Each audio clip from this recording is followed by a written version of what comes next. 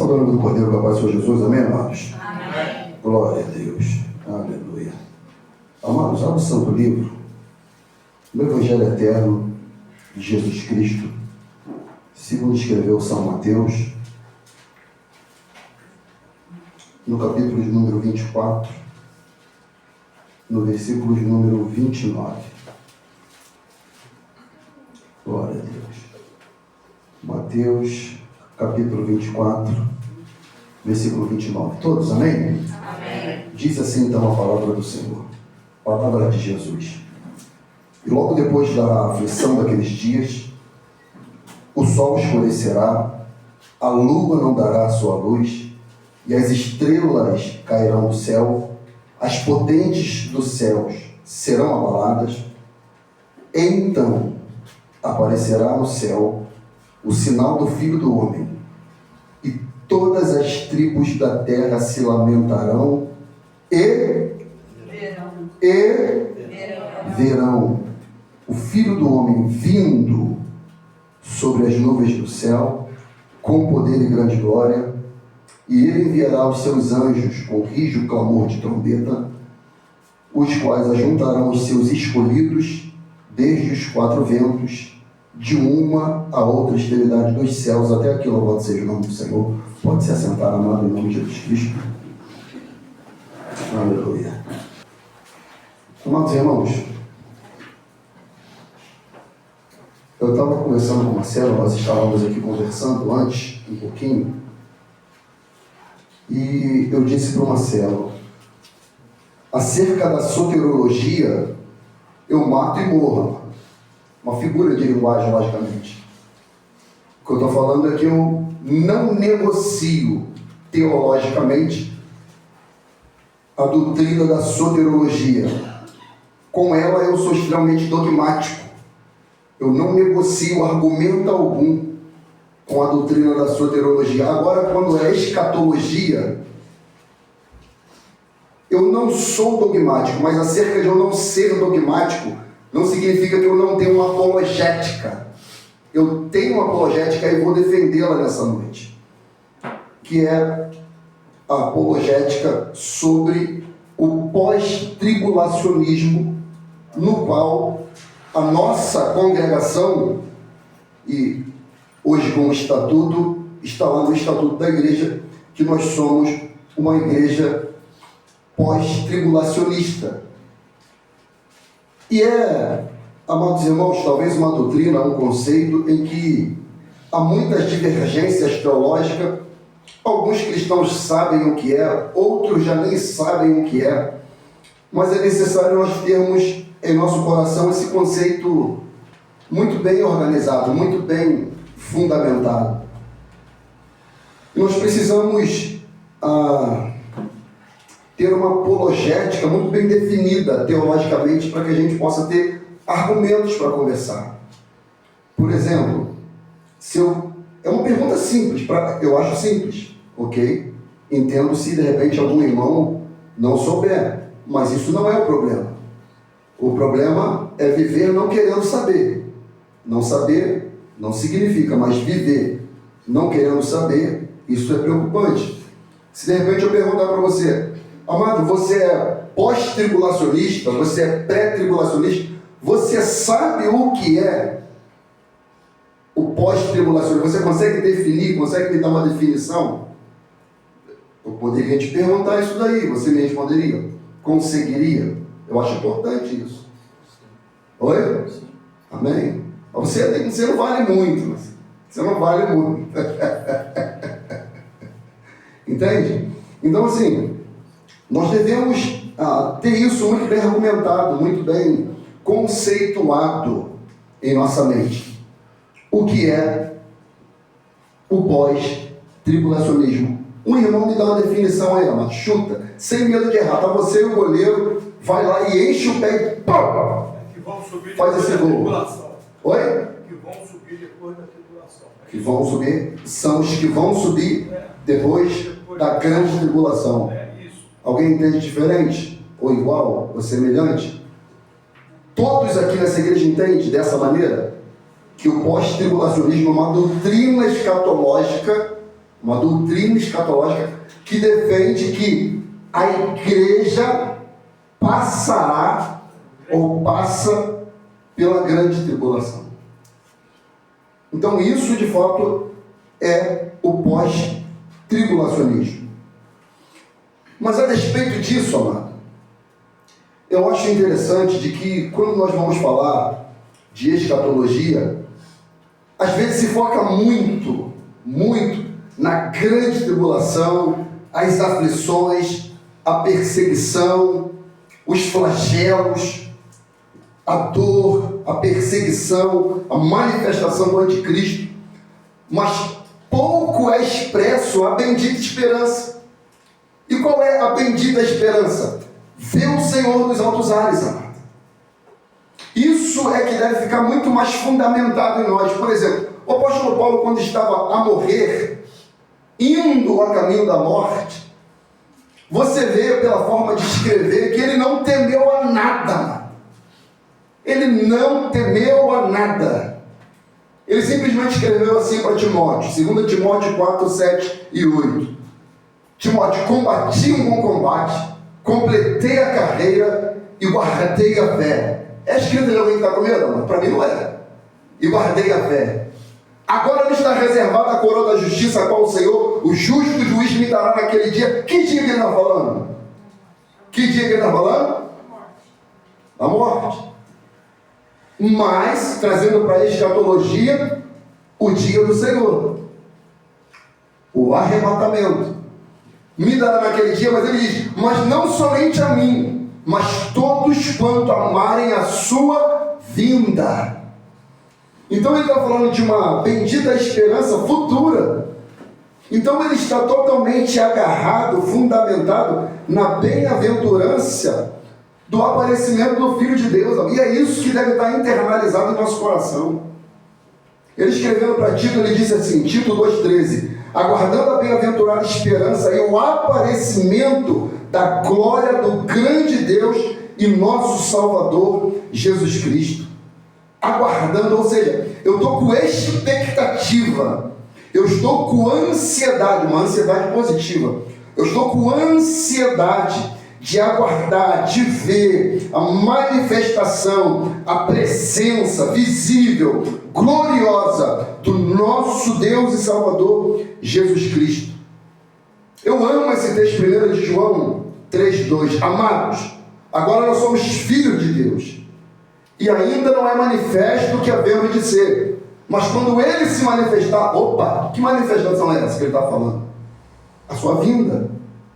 Mas quando ele se manifestar, seremos semelhantes a ele. Do que ele está falando? Glorificação dos corpos. Porque assim como ele é, o veremos. Então, ele demonstra um desejo na presença do Senhor que a igreja de Cristo precisa ter. É a noiva que anseia o casamento para se tornar esposa e assim se unir ao seu marido. Ela não tem receio, ela não tem medo, ela não tem nada. Então eu vou fazer essa apologética. O porquê que nós somos pós-tribulacionistas. E isso começa do discurso de Cristo. Porque o sermão de Jesus nasce de um questionamento, nasce de uma dúvida, que os discípulos estão junto de Cristo no Monte das Oliveiras. Você vê isso no capítulo 24, no versículo de número 1 e 2. Está escrito assim: e quando Jesus ia saindo do templo, aproximaram-se dele os seus discípulos para lhe mostrarem a estrutura do templo. Jesus, porém, lhes disse: não vos vejo tudo isso? Em verdade vos digo que não ficará aqui pedra sobre pedra que não seja derrubada. Estando assentado no Monte das Oliveiras, chegaram-se a ele os seus discípulos em particular, dizendo: dize-nos, quando serão essas coisas? Que coisa? O que Jesus tinha acabado de dizer, que não vai ficar pedra sobre pedra, que não seja derrubada. Ou seja, toda aquela magnitude, beleza do templo, Jesus falou: isso vai ruir, vai acabar tudo. Aí eles perguntam: ué, então quando que vai acontecer isso, Jesus? Aí o o aluno questionador, ele coloca duas perguntas em uma. Olha só como é que eles fazem. Então diz-nos, quando serão essas coisas e que sinal haverá da tua vinda e do fim do mundo? Parousia, vinda. Quando? Quando que vai acontecer essas coisas e que sinal, que evidência que acontecerá a respeito da sua vinda e do fim do mundo? Aí Jesus começa a descrever os sinais. Quinta-feira que vem eu vou fazer a ordem cronológica, escatológica dos eventos. Desde a primeira vinda até o fim dos tempos, até a eternidade. Quinta-feira que vem, se Deus permitir, eu vou fazer isso. E aí Jesus começa a descrever os sinais que precederiam a sua vinda, o seu retorno. Ele vai descrevendo ponto a ponto, amado, ponto a ponto. Quais são? Mas nós não vamos se ater a esses sinais.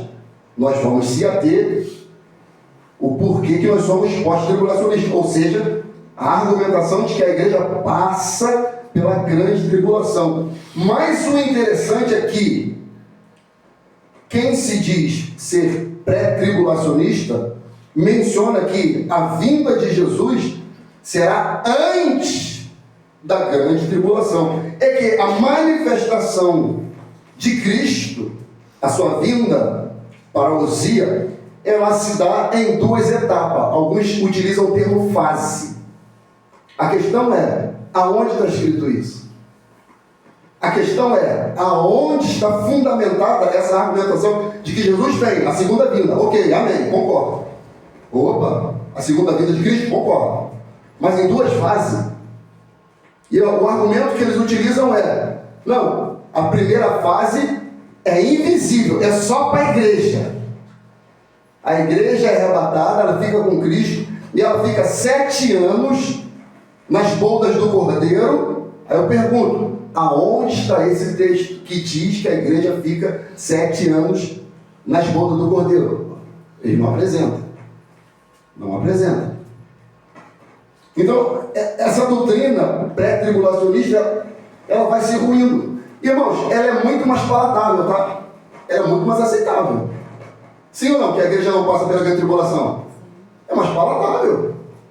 É muito mais agradável. De que nós vamos ser privados do sofrimento, da perseguição, de sermos desposados dos nossos bens, como está acontecendo na China. Postei um vídeo hoje no canal. Está acontecendo hoje na China, não hoje, né? Há muito tempo. Mas teve uma prisão de 30 pastores agora, recentemente. De 30 pastores. Simplesmente por causa da fé.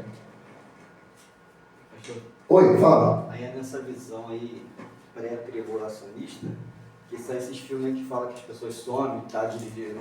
O avião bate, o carro vai andando sozinho. Que seria a volta invisível, né? A volta invisível. O texto não apresenta. O texto não apresenta. E também, pastor, eu estava olhando o texto ali, o discípulo pergunta, Senhor, quais serão os sinais da sua vinda? Então ele vai mostrar, os sinais são esses. São esses. Aí mostra o ponto da vinda deles, né? Exatamente. E é onde a gente vai ler agora na Bíblia. A questão é o que a Bíblia diz. Que sinais? Ele vai falando os sinais. E a vinda? Aí Jesus vai dar um sinal que precede a sua vida. Olha para a sua Bíblia e vamos ler devagarzinho, mano. Como eu costumo dizer, na manha do gato. 29. Todos, amém? Vamos ler sem os óculos de dogma qualquer. Vamos ler na essência. Irmão, se uma pessoa se converte e ela nunca ouviu uma mensagem escatológica, mas ela entende que Jesus vai voltar porque ela ouviu falar isso e tal, ela se converte. E ela começa a ler a Bíblia pura e simplesmente, e ela faz essa leitura aqui simples, ela entende que Jesus volta depois da grande tribulação.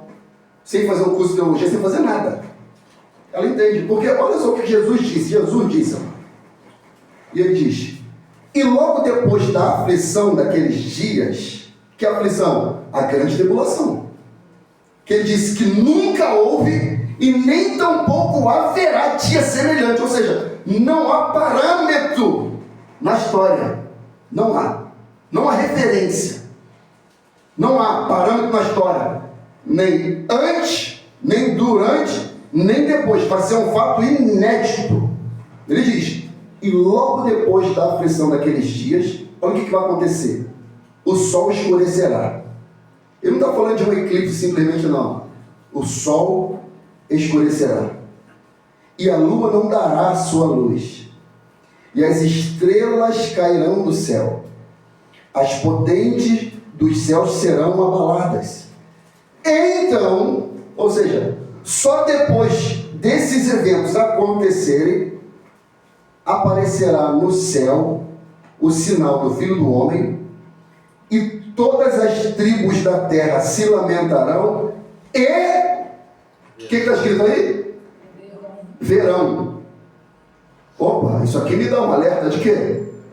De que a vinda de Cristo, ela é visível ou invisível? Visível.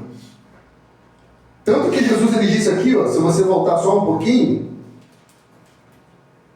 no versículo 27, ó, porque assim como o relâmpago sai do Oriente e se mostra até ao Ocidente, assim será também a vinda do Filho do Homem. O que é um relâmpago? É a manifestação de um raio. Mas a manifestação desse raio, ela vai do Oriente até o Ocidente, ou seja, vai ser algo que a Terra vai ver. Então, a manifestação de Cristo, amado, o globo terrestre vai ver, amado. Não é só a igreja que vai ver, não. Primeiro se tornará em trevas, né? Tudo. Acabou a luz. E o sol da justiça vai fazer o quê? Vai se manifestar? Tá. Então, uma luz que brilha em meio às trevas é para todo mundo ver, sim ou não? Oxe. Oi, quem falou? Fala. Porque igual aconteceu um tempo atrás aí, né? Que escureceu tudo, o dia virou a noite, o pessoal ficou tudo apavorado, né? Ficou doido, todo mundo ficou doido. Ficou doido. Eu lembro desse tempo, foi esquecido. O pessoal ficou com medo. Eu estou falando, o pessoal tem medo, mas não se converte, né? Não se arrepende. Acontece o evento, fica com medo. Ai, meu Deus, meu filho. Arrependa-se e creia no Evangelho. Pastor, esses que não creram são esses que vão se lamentar aqui, né? São esses que vão se lamentar. A igreja vai jubilar. Os que não creram vão se lamentar. Por que vão se lamentar? Tudo aquilo que a igreja pregou, resistiu, foi morta, presa, eles vão glorificar, mas esses que não creram vão se lamentar. Versículo 30. Então aparecerá no céu o sinal do Filho do Homem, e todas as tribos da terra se lamentarão e verão o Filho do Homem vindo sobre as nuvens do céu com poder e grande glória, e ele enviará os seus anjos com rijo, clamor de trombeta, os quais ajuntarão os seus escolhidos. Aí o pré-tribulacionista, o que ele diz? Não, mas esse escolhido aqui é Israel, não é a igreja. Aí eles fazem a distinção entre povos, porque eles estão fundamentados também em uma doutrina chamada dispensacionalista, ou dispensacionalismo. Depois eu vou fazer um estudo no canal sobre isso. E eles fazem distinção entre Israel e a igreja. Nós não queremos assim, que Deus tem dois povos. Deus só tem um povo, amado. A sua igreja. A sua igreja. Mas aqui também fica muito claro quando ele diz que ajuntarão os seus escolhidos nos quatro ventos de uma ou outra extremidade dos céus. Sim. Os quatro cantos da terra. Não tem como. Acabou.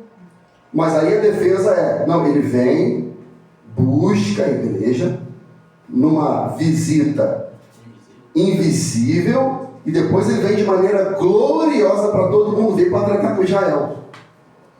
Então, para mim, é 2 vezes. Mas aí já tem a primeira vinda de Cristo, então é 3. Como é que é isso? A Bíblia não mostra isso. A Bíblia não aponta isso.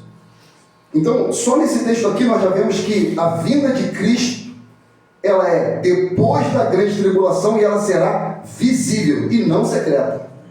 E não secreta. Quer ver? Apocalipse capítulo 1, vai lá comigo. Tenha isso em mente. Cristo já foi morto, ressuscitou, A Bíblia diz que ele ficou aqui durante. Está em 1 Coríntios 15. Eu ia chutar o dia. 40 dias, se eu não me engano. Pastor, eu bati esse texto, pastor, dizendo a respeito do enviado. E quando o enviado veio esse evento aí, rapidinho os caras vão voltar.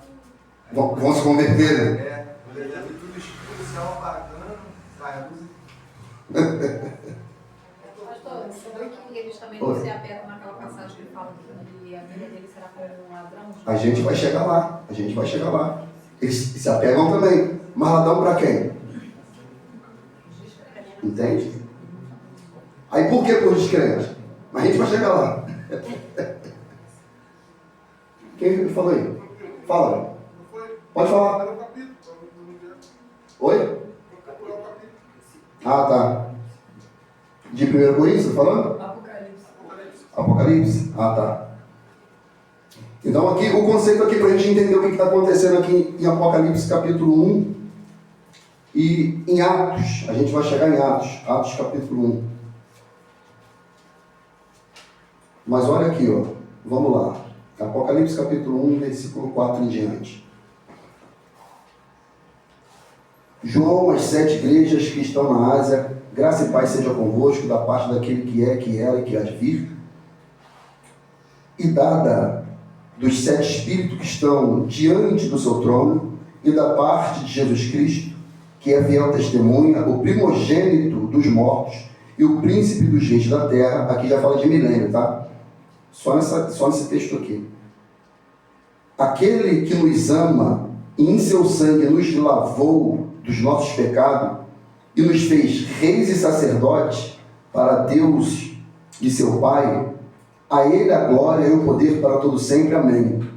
Eis que vem, olha só, eis que vem com as nuvens e todo olho o verá. Quando ele diz nas nuvens, não é a mesma referência que Jesus disse lá em Mateus 24, 29? E todo olho verá. Aí, Vitor, ó, até os mesmos que os transpassaram, e todas as tribos da terra se lamentarão sobre ele. Sim, amém. Então fala de maneira muito clara que a vinda de Cristo, ela é visível e não invisível, não secreta. Não há essa história de que o avião caindo, porque o piloto, o carro bateu. Não. E o pessoal, sem entender o que está acontecendo, é visível. Todo mundo vê. E vão se lamentar. E vão chorar. Abra comigo esse texto aqui, amado, que ele é importantíssimo. 1 Tessalonicenses 4, 13.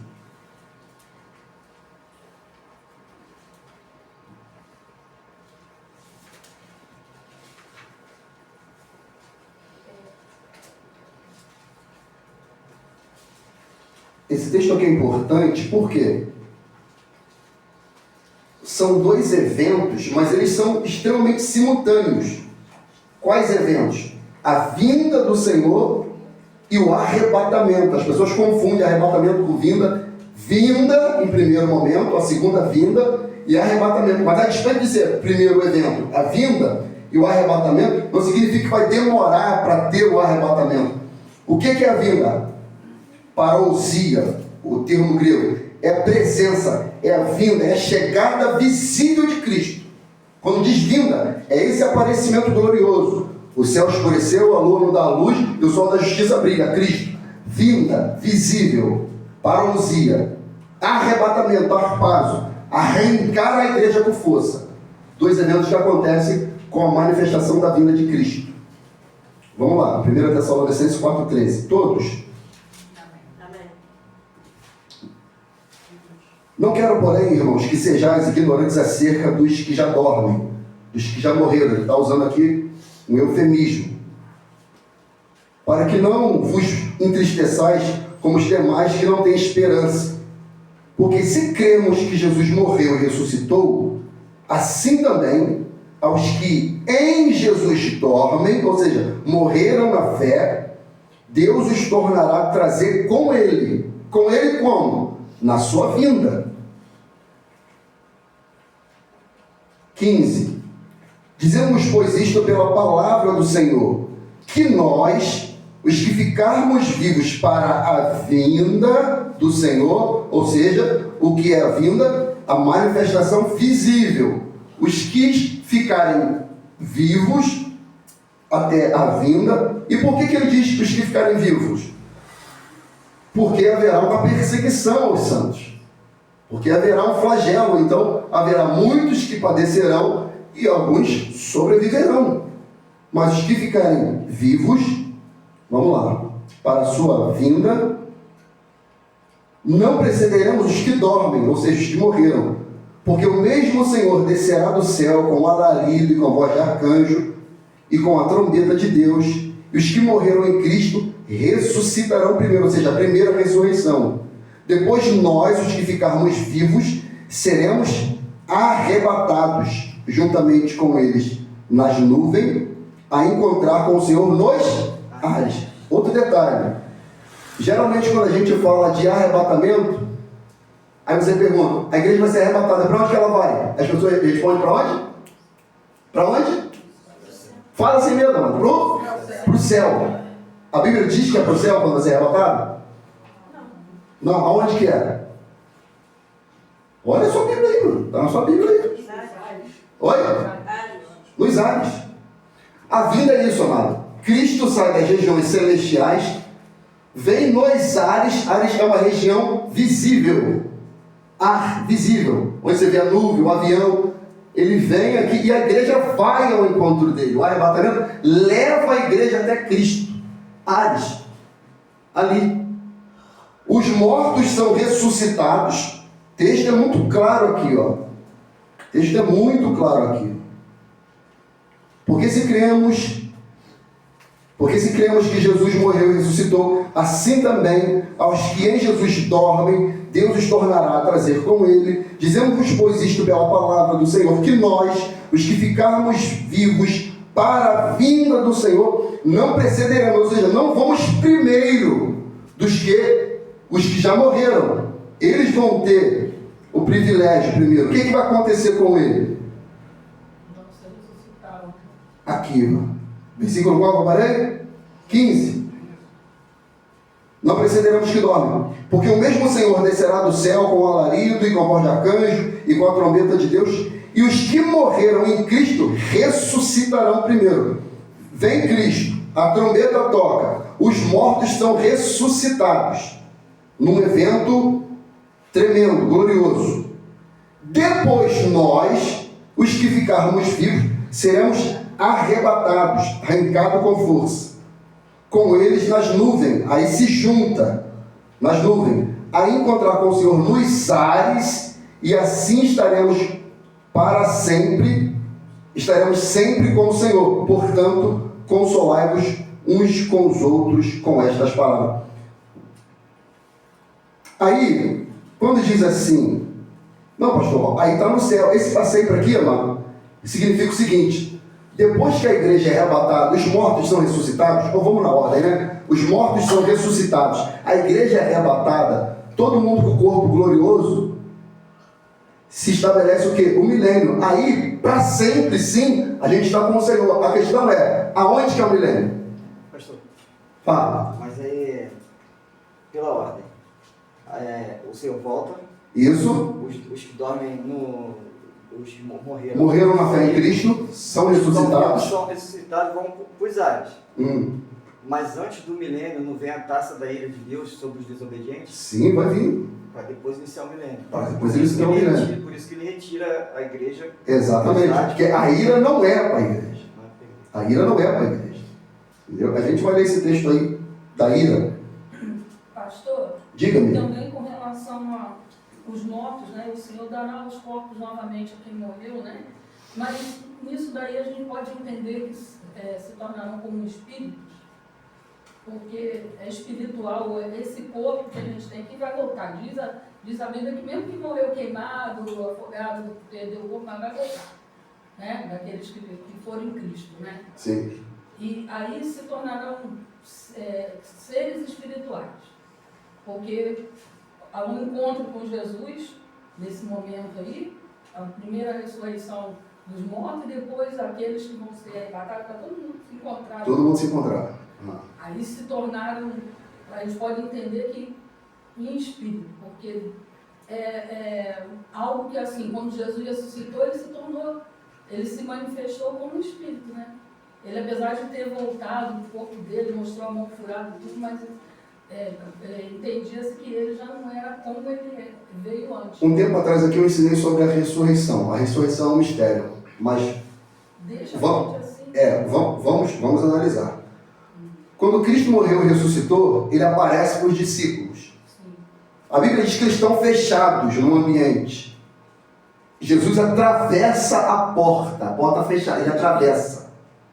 Ele se assusta, ele diz: Shalom Adonai, a paz esteja convosco. Não tem mais, sou eu.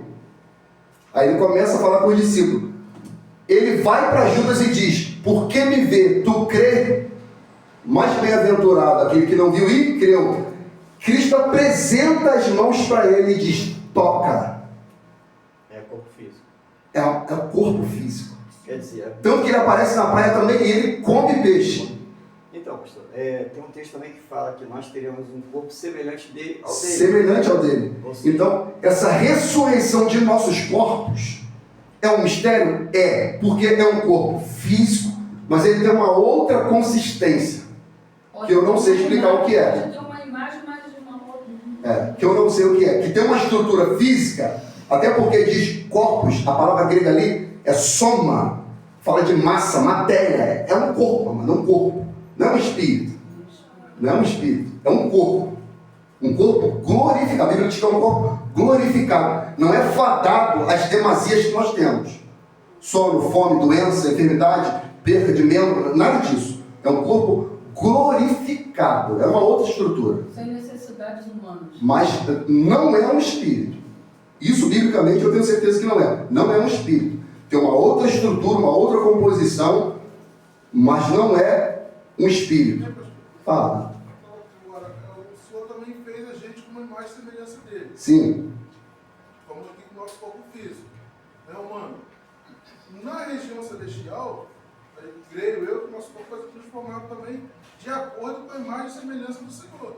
Sim, sim. Foi o texto que eu li lá de 1 João 3,2. Exatamente. Assim, quando ele se manifestar, seremos semelhantes a ele. Agora, como vai ser lá? Entendeu? Então, esse corpo é corpo semelhante a Jesus. Jesus comeu peixe, andou, mas também atravessou a parede. Entende? Então, tem essa estrutura. Aí entra a questão do que Cristo falou, do que Cristo perguntou.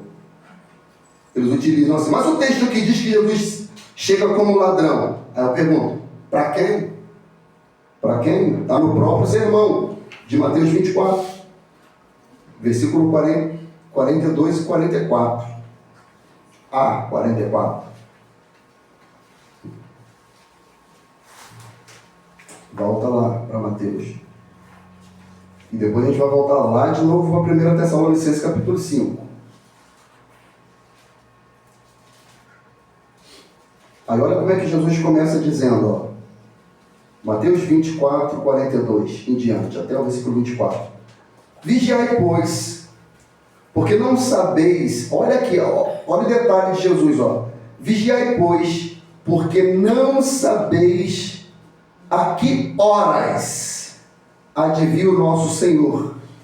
Mas considerai isto: se o pai de família soubesse a que vigília da noite havia de vir o ladrão, ou seja, a que hora da noite viria o ladrão, vigiaria e não deixaria que fosse arrombada a sua casa. Por isso, estáis vós apercebidos também, porque o Filho do Homem há de vir a hora em que não pensais.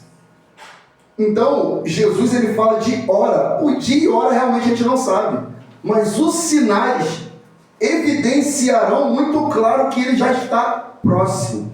Jesus utiliza, por exemplo, amado, o exemplo da grávida. Hoje, com toda a tecnologia, você faz o pré-natal, o médico chega e fala assim, olha só, seu neném vai nascer entre o dia 18 e o dia 20. Entre o dia 18 e o dia 20. O médico não sabe precisar que hora vai nascer o neném. Ele sabe aproximadamente. A gente não sabe a que hora Jesus vai vir, mas a gente sabe aproximadamente. Quando está as dores de parto, sabe que está próximo de dar a luz. O que a gente fica? Alerta, atento, apercebido. Agora, quem não está nem aí, não vai ver que está chegando a hora do parto. Não vai ver que está chegando o ladrão. É isso que Jesus quer dizer. Quem está despercebido. Está despercebido. Atento. Está desatento, entende?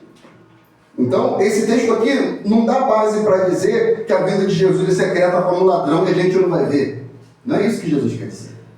O que Jesus quer dizer é, a hora você não sabe. A hora exata você não sabe. Ah, Jesus vai vir no ano 2026 às 3 horas da tarde. Não, a hora a gente não sabe. Mas os sinais, sim. Entende? Vamos voltar para lá. 1 Tessalonicenses capítulo 5. Pastor, eles usam esse texto aí, que não sabe o dia nem a hora, para apresentar um argumento sem contexto do pré, né? Eles usam esse texto aí. Para o pré. É. Mas não dá base. Sem contexto. Sem contexto, porque o contexto do texto parte dele é exatamente isso que eu disse. E até a pergunta do discípulo, que sinal se dá da tua vinda? Fala. Mas aqui, na verdade, esse exemplo está dando é para a gente ficar o tempo todo em alerta. Vigilante, alerta. Os acontecimentos.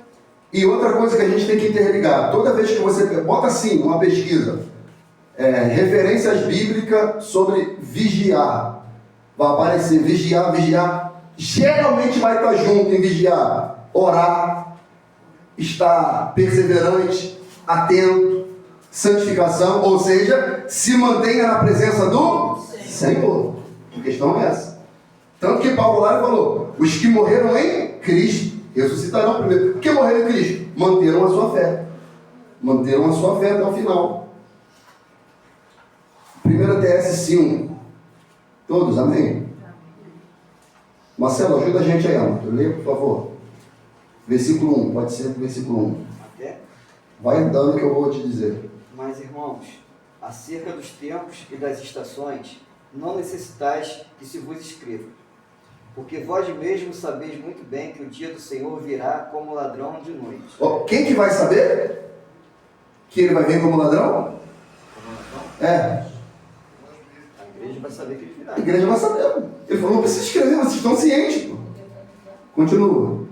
Pois que, quando disserem a paz e segurança, então lhes sobrevirá repentina destruição. Aí eu lhe pergunto, quem que vai dizer que vai haver paz e segurança? Quem que vai estar com essa mensagem aí? O anticristo. O anticristo, o mundo. Porque ele trouxe equilíbrio econômico, social, vai cessar as guerras, vai estabelecer a paz.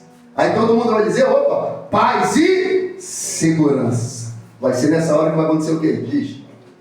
Então lhes sobrevirá repentina destruição, como as dores de parto àquela que está grávida, e de modo nenhum escaparão.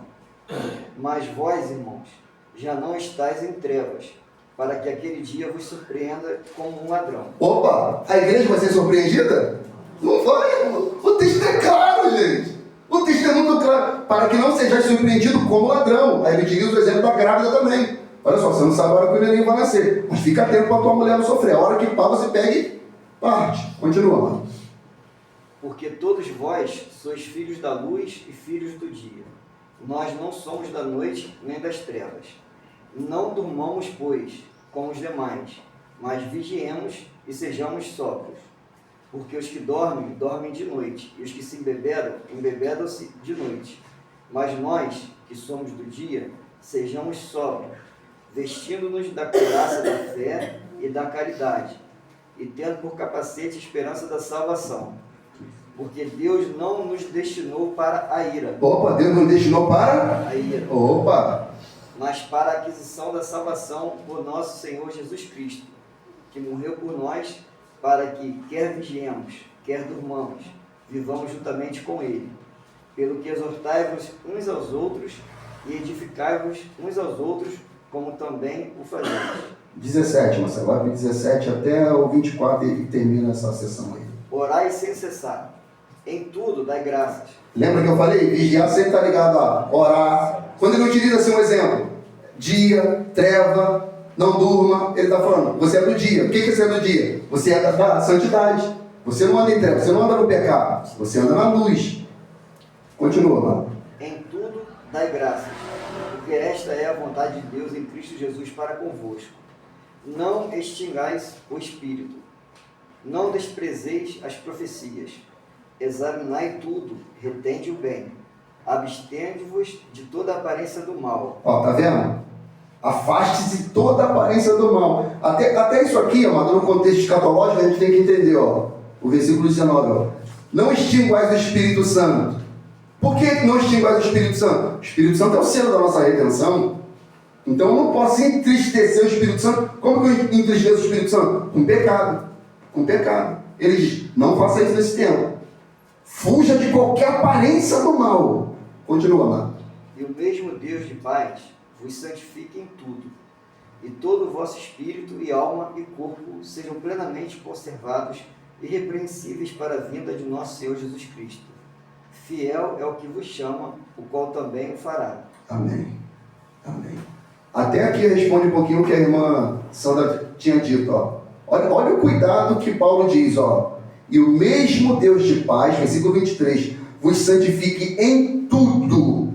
Tudo aonde? E todo o vosso espírito, que é a lâmpada onde Deus fala, e alma, sede das nossas emoções, e corpo, a soma, a matéria, sejam plenamente conservados, irrepreensíveis para a vinda de nosso Senhor Jesus Cristo, fiel que vos chama, o qual também o fará. Ou seja, ele prometeu, ele vai cumprir. E ele vai trabalhar em todo o nosso corpo. Fala. Os pré-tribulacionistas, eles também falam que o que detém o anticristo é o Espírito Santo de Deus que habita sobre a terra, e segundo eles, vai ser tirado para que ele opere. Mas não é isso que o texto revela, né? Não. Outro texto que eu vou fazer também, outro vídeo que eu vou fazer especificamente só sobre isso daí, é sobre essa questão. Não vou tratar especificamente dela, mas a gente vai até ler esse texto agora. É o próximo argumento aqui que nós vamos. Se nós cremos que a igreja passará pela grande tribulação, isso significa que a igreja verá também a manifestação do anticristo.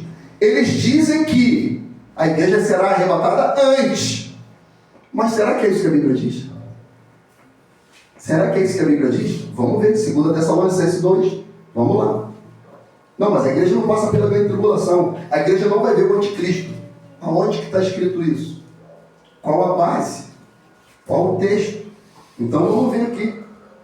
A manifestação do anticristo. A igreja verá? Não verá?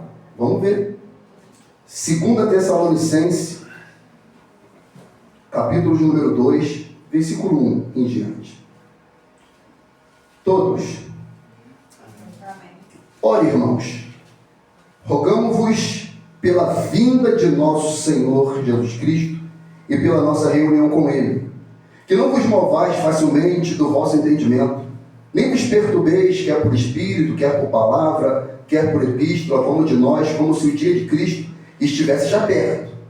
Ninguém de maneira alguma vos engane, porque não será assim sem que antes venha a apostasia, ou seja, a vinda de Cristo, ela não acontecerá sem que antes aconteça a apostasia. Ele dá uma ênfase nessa partícula A.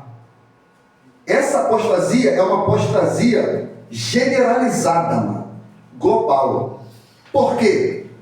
Haverá algum evento que vai fazer com que as pessoas apostatem da fé, deixem a fé. E qual será o advento? A manifestação do anticristo. Eles vão deixar Cristo e vão após o anticristo. Até porque ele vai fazer como Nabucodonosor fez. Ele vai estabelecer uma estátua e quem não adorar também vai perecer. No qual vai fazer sinais, prodígio e maravilha.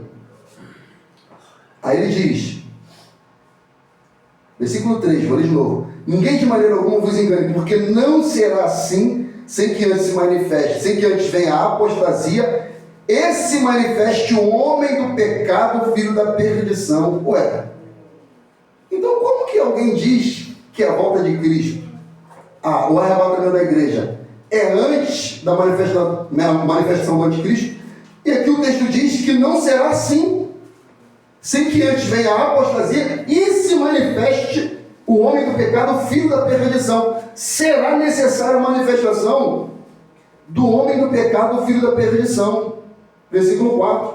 O qual se opõe e se levanta contra tudo o que se chama Deus ou se adora, de sorte que se assentará como Deus no templo de Deus, querendo parecer ser Deus. Não vos lembrais de que estas coisas vos dizia quando ainda estava convosco? E agora vós sabeis o que o detém, para que a seu próprio tempo seja manifestado. Porque já o mistério da injustiça opera. Somente há um que agora resiste, até que do meio seja tirado. Então será revelado o iníquo, a quem o Senhor desfará pelo assopro da sua boca e aniquilará pelo esplendor da sua vinda. Esse cuja vinda é eficácia de Satanás, com todo poder, sinais e prodígios de mentira, e com todo o engano da injustiça para os que perecem, porque não receberam o amor da verdade para se salvarem. Então não há, amado, uma base textual que diz que Jesus vem em duas fases. Não há. O que há é, Paulo diz, não será assim, sem que antes venha a apostasia e se manifeste o homem do pecado, o filho da perdição, o qual se levanta contra tudo que se chama Deus ou que se adora. Então é muito nítido nessa leitura simples do texto enxergar que a igreja verá sim a manifestação do anticristo. E a igreja resistirá e por isso ela será perseguida. E o texto diz muito claro que ele vai fazer guerra contra os santos e vai vencer. Quando diz vencer, significa o quê? Ele vai matar muita gente. Ele vai matar muitos cristãos. É o que tem acontecido na África, na Coreia do Norte, na China. O que tem acontecido. Ontem na França, mataram um ativista cristão que é muito famoso. Sim. Foi atirado. O continente europeu hoje ele está todo tomado. Mas a França há muito tempo que não aceita cristão, né? Não pode ser ter Bíblia, falar que é crente. Não, está todo tomado pelo Islã. Interessante que, por exemplo, a palavra Hamas em hebraico significa violência. Violência. E eles perseguem os cristãos e matam com muita violência. Jesus disse em João 16, chegará um tempo que qualquer que matar um de vós, cuidará estar prestando serviço a Deus. E eles dizem que matam em nome de quem? Em nome de Alá, Deus. Entende? Por que nós somos pós-tribulacionistas? Porque nós cremos que a última taça da ira de Deus se revela e é caída sobre o mundo perdido, a grande Babilônia, e não sobre a igreja. Quer ver? Apocalipse 16.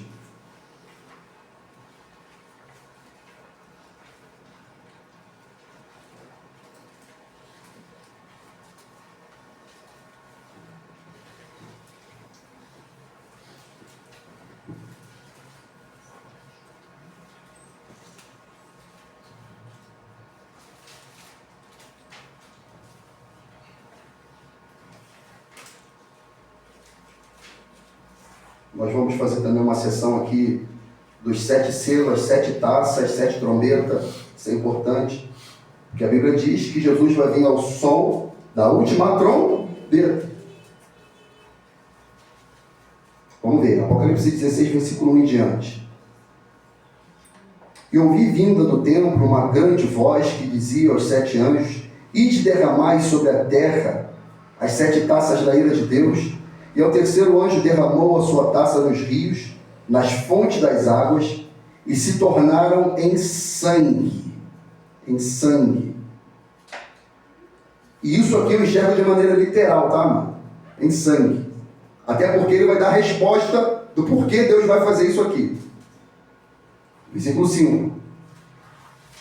E ouvi o anjo das águas que dizia: justo és tu, ó Senhor, que és, que eras, e santo és, porque julgaste essas coisas, visto como derramaram o sangue dos santos e dos profetas, também tu lhes deste sangue a beber, porque disto são merecedores. Eis que venho como ladrão, bem-aventurado aquele que vigia e guarda as suas vestes, para que não ande nu, ou seja, em pecado, e não se vejam as suas vergonhas. E o sétimo anjo derramou a sua taça no ar, e saiu grande voz do templo do céu, do trono, dizendo: está feito. E houve vozes, e trovões, e relâmpago, e um grande terremoto, a mesma linguagem que Jesus disse lá em Mateus 24, 29. Como nunca tinha havido desde que há homens sobre a terra. Tal foi feito este grande terremoto. E a grande cidade vendeu-se em 3 partes, e as cidades das nações caíram. E da grande Babilônia se lembrou Deus para lhe dar o cálice do vinho da indignação da sua ira. E toda a ilha fugiu, e os montes não se acharam. E sobre os homens caiu do céu uma grande saraiva, pedras do peso de 1 talento. E os homens blasfemaram de Deus por causa da praga de saraiva, porque a sua praga era muito grande. Então, o juízo de Deus, a taça da ira de Deus, ela vai ser derramada sobre os ímpios, não sobre a igreja. Porque eles confundem a grande tribulação com a ira. Mas não tem nada a ver uma coisa com a outra, mano. Não tem nada a ver uma coisa, são coisas distintas. Pedro estabelece esse evento aqui muito similar. 2 Pedro 3, versículo 3. Vamos ler, mano. Vê se não aparece o que está escrito aqui em Apocalipse 16. Se não é similar ao evento de Mateus 24, 29 e 30. 2 Pedro 3, a partir do 3.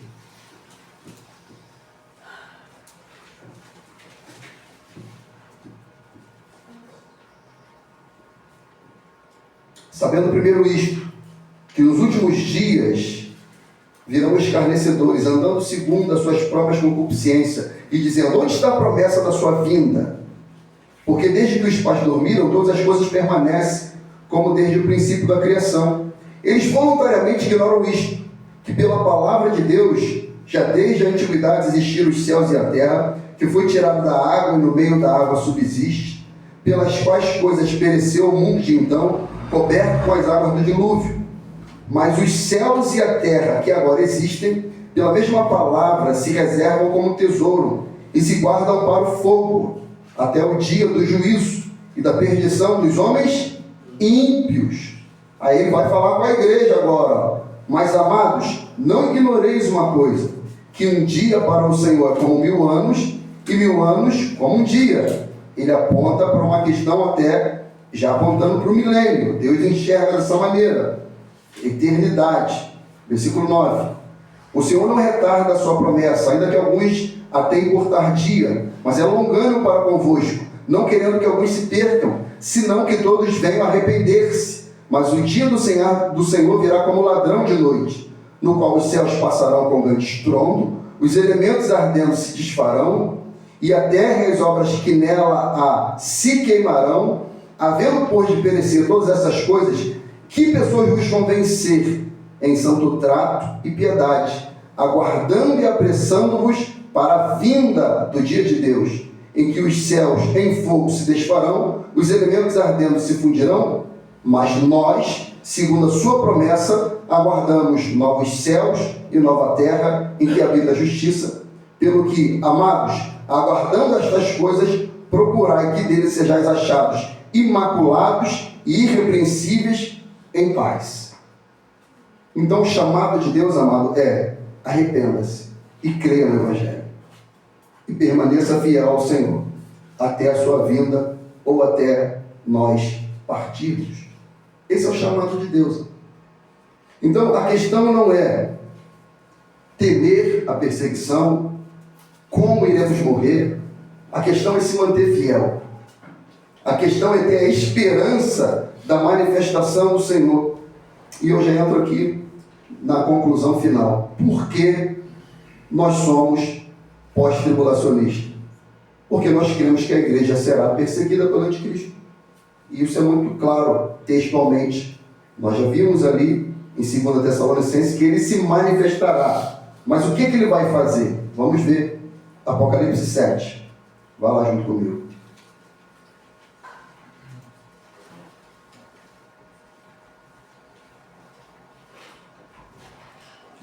Versículo 9. Alguém nos ajuda aí, lendo aí, por favor.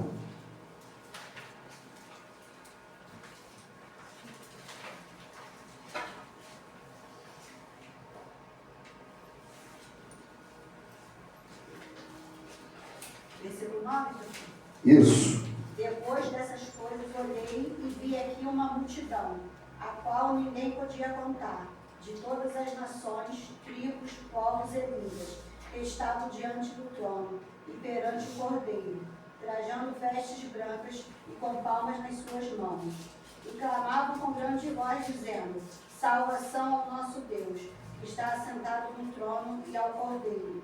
E todos os anjos estavam ao redor do trono, os anciões e dos 4 animais, e prostraram-se diante do trono, sobre os seus rostos, e adoravam a Deus, dizendo: Amém, louvor, glória, sabedoria, ação de graças, honra, poder e força ao nosso Deus, para todo o sempre. Amém. E um dos anciões me falou, dizendo: Estes que estão vestidos de vestes brancas, quem são e de onde vieram? E eu disse: Senhor, tu sabes. E ele disse: Estes são os que vieram da grande tribulação. Da onde que vieram? Da grande tribulação. Ah não, a gente não passa, mano. A gente não passa. Mas a Bíblia diz aqui. Ele questionou: quem são esses? E de onde vêm?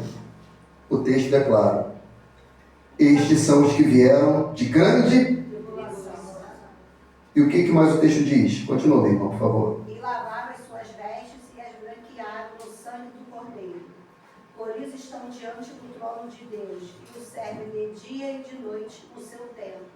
E aquele que está assentado sobre o trono os cobrirá com a sua sombra.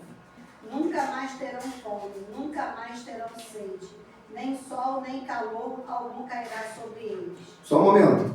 Por que ele escreve isso? Que não vão ter mais fome, não vão ter mais sede, nem calor, nem sol. Por quê? Vamos glorificar, salvação. Não. Vão ter, ok. Mas por que ele fala isso se eles estão nesse ambiente aí glorificado? Porque vão passar isso durante a tribulação. Porque vão passar isso. Entende? Então ele está falando, agora que eles foram fiéis, agora eles não vão passar mais fome, nem sede, nem calor. Lembra de Apocalipse 12? Que a igreja ela é levada para um lugar reservado por Deus, guardada por Deus, diz que ela vai ser levada para o deserto. Lembra? Deserto é lugar de provação. Mas ela vai ser guardada, sustentada e guiada por Deus. Mas ela passa por esse ambiente de prova. E quando eles são aprovados, aí ele diz, agora eles não vão passar. Mas fome, nem sede e nem o sol. Sol fala de aflição. Entende, amado? E outro detalhe, pastor. Sim. Esse povo aí, eles foram mártires. Mártires? Então, da tribulação, não foi? Sim, são mártires. São mártires. Mas aí, pastor, durante a tribulação, aquilo que eu te perguntei, alguns não serão mortos, né? Alguns não. Porque o Paulo fala, aqueles que estiverem vivos, né, virão encontrar com o Senhor. Sim. Quer dizer, não importa, é o que eu estou Porque ele não vai conseguir matar todos, não consegue. Qual o ponto principal? É aquele que se arrependeu, crê que a sua vida está na mão do Senhor. Não importa como que ela vai morrer. Sim. Não importa se é queimado, se é torturado, se é decapitado. O importante é não negar o Senhor. Sim. O foco da fé é esse. A esperança da fé é essa. Estar com o Senhor. Versículo 17, você parou, mesmo? Isso. Continua para finalizar, versículo 17. Porque o Cordeiro que está no meio do trono os apacentará e lhes servirá de guia para as fontes das águas da vida. E Deus limpará de seus olhos toda lágrima. Porque teve gente que chorou, sim ou não? Chorou, né? Chorou. Vamos ver se a igreja vai ser perseguida ou não. Você está em Apocalipse? Passa algumas folhinhas, vai lá Apocalipse 13. Apocalipse 13, versículo 7 e 8. Aqui fala do anticristo, a manifestação do anticristo, versículo 7. E foi-lhe permitido fazer guerra aos santos e vencê-los.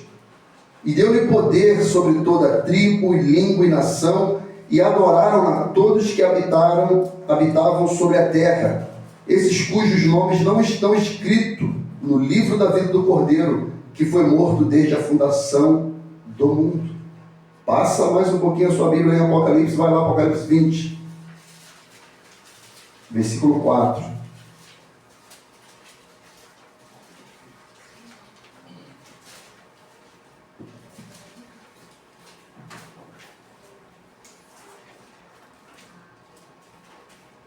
Apocalipse 20, versículo 4. Diz assim: E vi tronos, e assentaram-se sobre eles aqueles a quem foi dado o poder de julgar.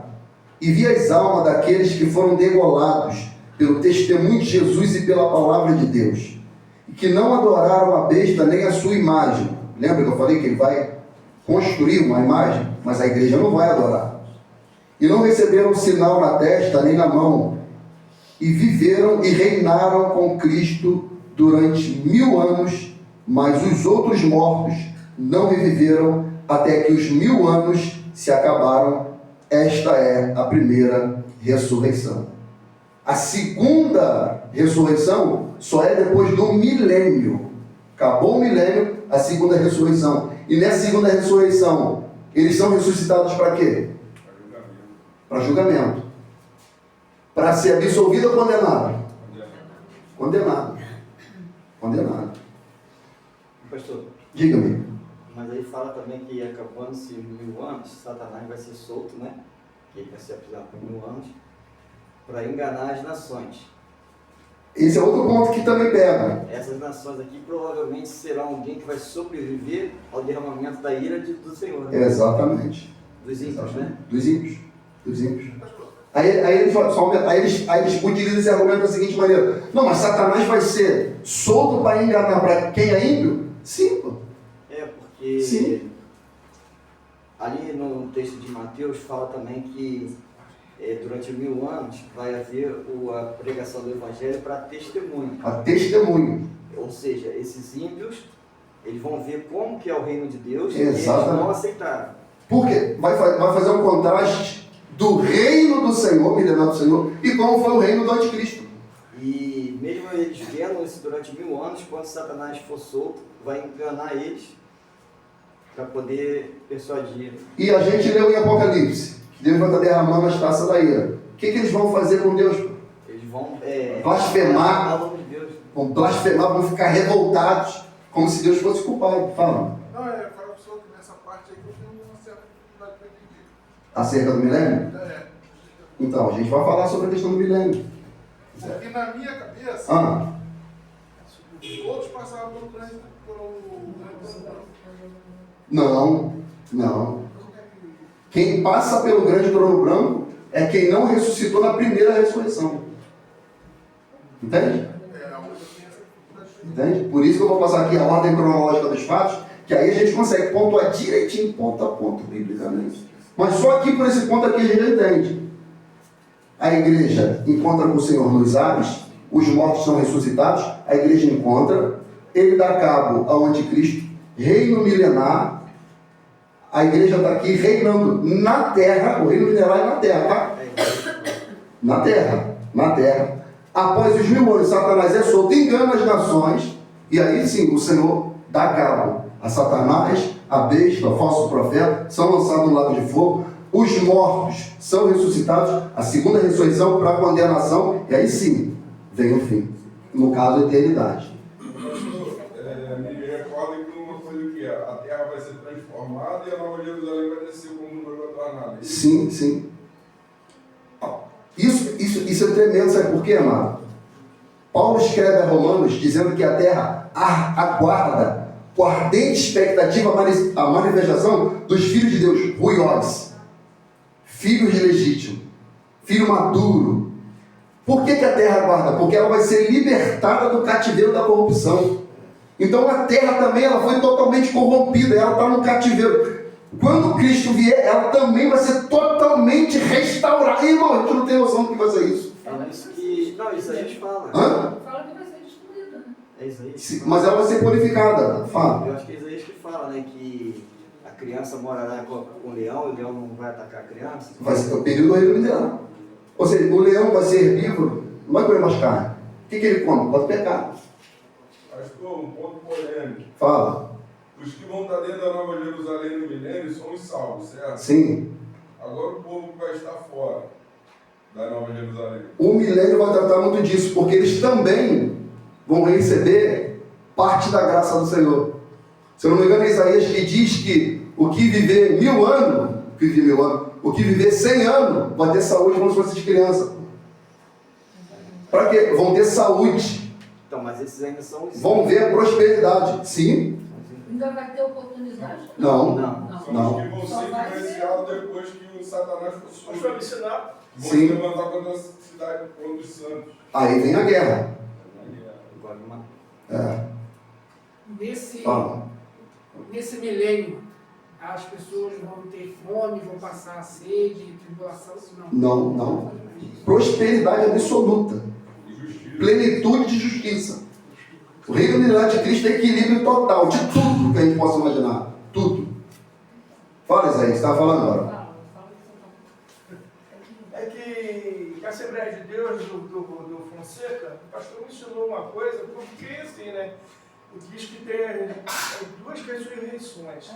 A primeira e a segunda. O pastor acabou de falar que a segunda ressurreição é só para condenação. Sim. Ué, e o pastor lá falou assim, que os primeiros que foram salvos, que foram ressuscitados, aí está perto do médico de Deus e fala assim, quem são esses que estão subindo agora? E dá até um desenho, uma escada, né? Aí os ressuscitados da segunda ressurreição, aí subir na escada aí para encontrar com Deus. Não. Isso aí. Não. É aquela parte que o senhor leu de onde vem, da transformação. Porque essas almas que estão ali clamando, eles estão esperando isso daí. Não é que eles estão esperando a segunda ressurreição. Aquela ali é a primeira ressurreição.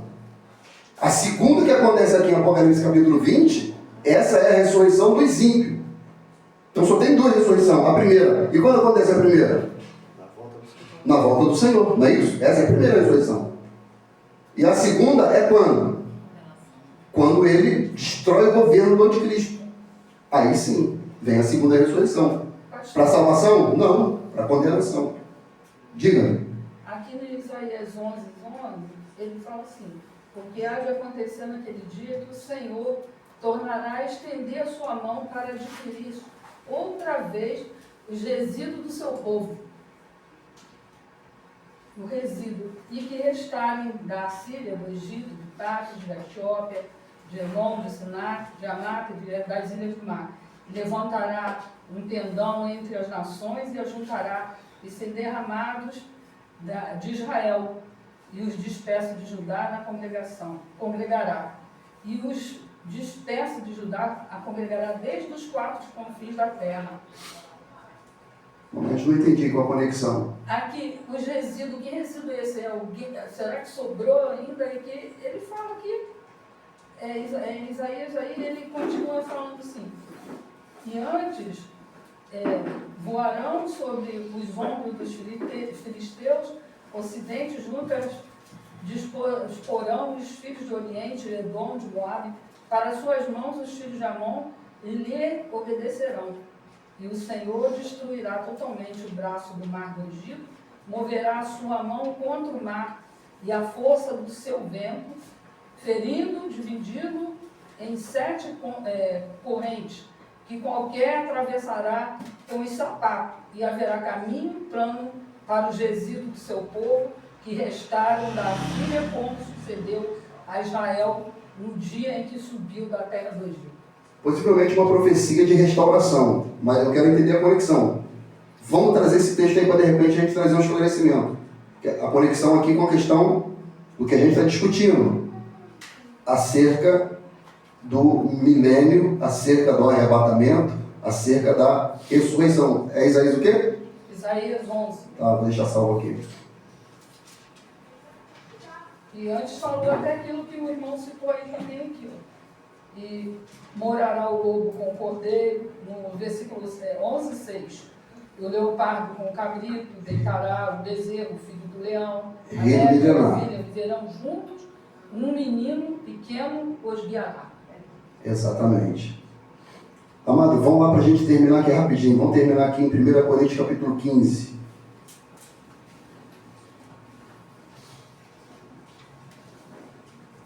E depois, por último texto, a gente volta lá para Apocalipse capítulo 20, do versículo 1, e a gente fecha. E semana que vem eu vou trazer a ordem cronológica dos eventos. 1 Coríntios 15, a partir do 20.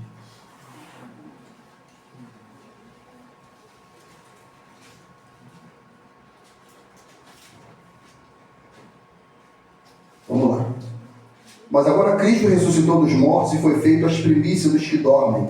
Porque assim como a morte veio por um homem, quem? Adão, também a ressurreição dos mortos veio por um homem, ou seja, Cristo. Porque assim como todos morreram em Adão, assim também todos serão vivificados em Cristo. Mas cada um por sua ordem. Cristo as primícias, depois os que são de Cristo na sua vinda, ó, a primeira ressurreição aqui, Isaías, na sua vinda, depois virá o fim, quando tiver entregado o reino a Deus, ao Pai, e quando houver aniquilado todo o império e toda a potestade e força, porque convém que reine, ou seja, milênio, até que haja posto todos os inimigos debaixo dos seus pés. Ora, versículo 26, o último inimigo que há de ser aniquilado, qual é? A morte. A morte. Eu parei no 26 aqui de 1 Coríntios. Isso, a gente não precisa ir, mas seria aqui, eu vou deixar a guisa de informação, do 51 em diante, os irmãos já conhecem, mas aqui é importante, fala da transformação. Vamos ler aqui, vamos ler, é importante aqui. Vamos ler, já falamos aqui. 51. Eis que vos digo um mistério, já não é mais porque está revelado, está escrito. Na verdade, nem todos dormiremos, ou seja, nem todos morreremos, mas todos seremos transformados num momento, num abrir e fechar de olhos, ante a última trombeta. Porque a trombeta soará, os mortos ressuscitarão incorruptíveis e nós seremos transformados. Aqui é importante, amado, a gente ler com atenção, porque muitas pessoas entendem que o arrebatamento é nesse tempo aqui, ó. Não é o arrebatamento que é nesse tempo, abrir e fechar de olhos. É a transformação do nosso corpo, que vai ser num abrir e fechar de olhos. Muitas pessoas têm essa dúvida aqui. Não, o arrebatamento vai ser muito rápido, vai ser no abrir e fechar de olhos. Não é isso que a Bíblia diz.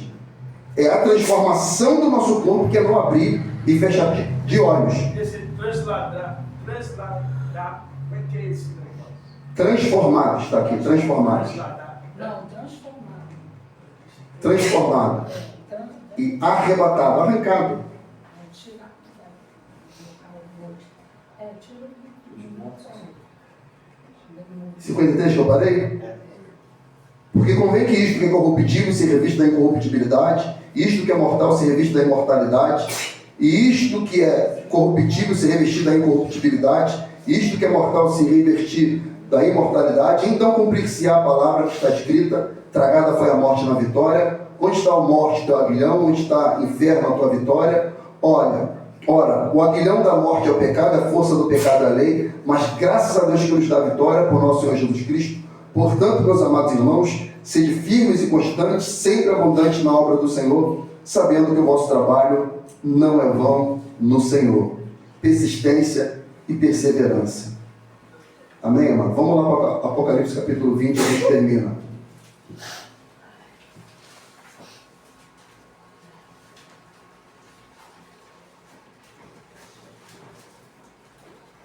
Versículo 1.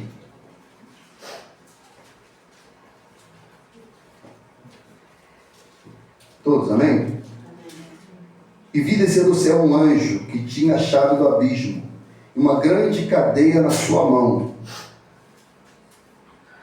Ele prendeu o dragão, a antiga serpente, que é o diabo e Satanás, e a amarrou por 1000 anos, e lançou no abismo, e ali encerrou e pôs selo sobre ele, para que mais não engane as nações, até que 1000 anos se acabem.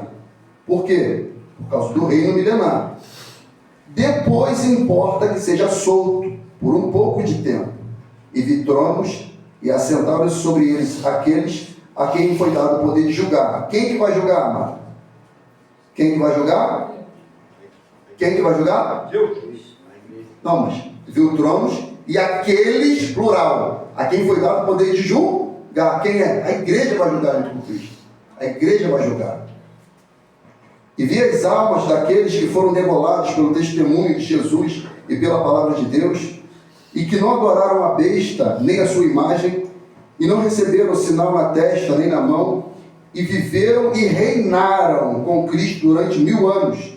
Mas os outros mortos, olha aí, ó, não reviveram, até que os 1000 anos se acabaram. Esta é a primeira ressurreição. Bem-aventurado e santo aquele que tem parte na primeira ressurreição. Sobre estes não tem o poder a segunda morte, mas serão sacerdotes de Deus e de Cristo, e reinarão com ele 1000 anos.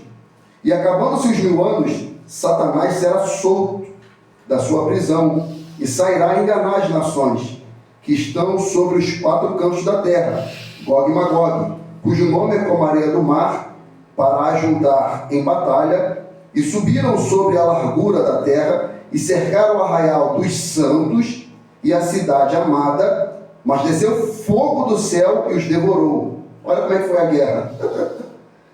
E o diabo que os enganava foi lançado no lago de fogo e enxofre, onde está a besta e o falso profeta, e de dia e de noite serão atormentados para todo sempre. E vi um grande trono branco. Olha aí, Rodolfo.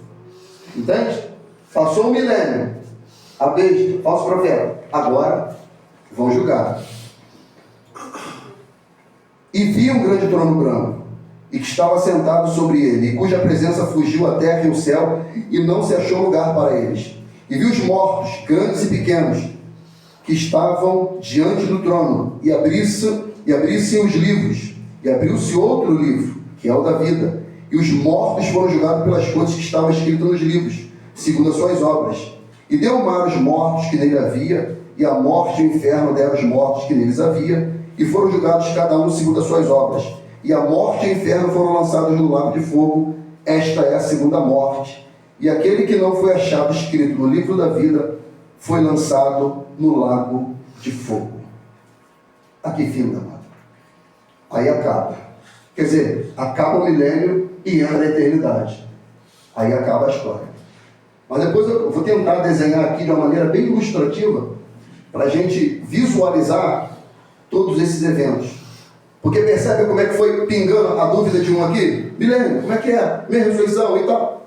Precisa ter isso muito bem formado dentro de nós, para que a gente possa ter argumentos suficientes para dar a cada um a razão da nossa fé. Amém, irmãos? Podemos ficar de pé? Podemos terminar? Ou alguma dúvida ainda? Só Fala. Esses santos aqui que vão julgar aos ímpios, né? Sim. Por isso que Cristo falou lá atrás, que ele não vai julgar, mas as palavras dele julgarão. Sim. Vão julgar baseado na palavra do Senhor, para eles, né? É isso? Exatamente. Exatamente. Tanto que ele diz que abriu-se os livros. Cada um foi julgado por aquilo que estava escrito nos. Ele não vai julgar, mas a palavra dele vai. Amém, amados? Glória a Deus. Amém. Vamos orar em nome de Jesus Cristo.